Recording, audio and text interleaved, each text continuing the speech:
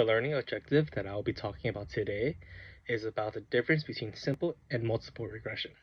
So in a linear regression, which is also known as a simple regression, this allows you to predict an unknown score based on the known measures. This is useful when you have one variable that is easy to measure and the other variable which is harder to find. To know how accurate your prediction will be, it is based on the strength of the correlation.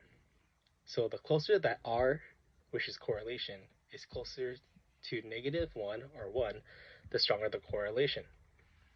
Usually, the minimum requirement for the correlation for it to be accurate or be accepted would be -0.7 or +0.7.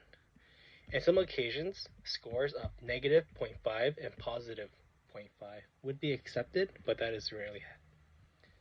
In all linear regressions, there needs to be 5 things. First, it needs to be an interval data or a ratio data set. Second, the relationship that exists between x and y needs to be linear. Third, the value of y needs to be a distribution of all variables of x. Fourth, the variance that exists for y when looking at all values of x needs to be the same, meaning that there needs to be a homogeneity of variance, meaning that the variance is all the same for all the x variables. And lastly, the observation needs to be independent.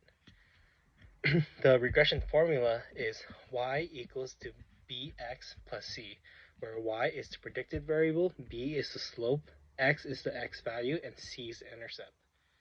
The main difference between a simple and multiple regression is that in a simple regression, there is only one x and one y, while in a multiple regression, you'll have one y but multiple x.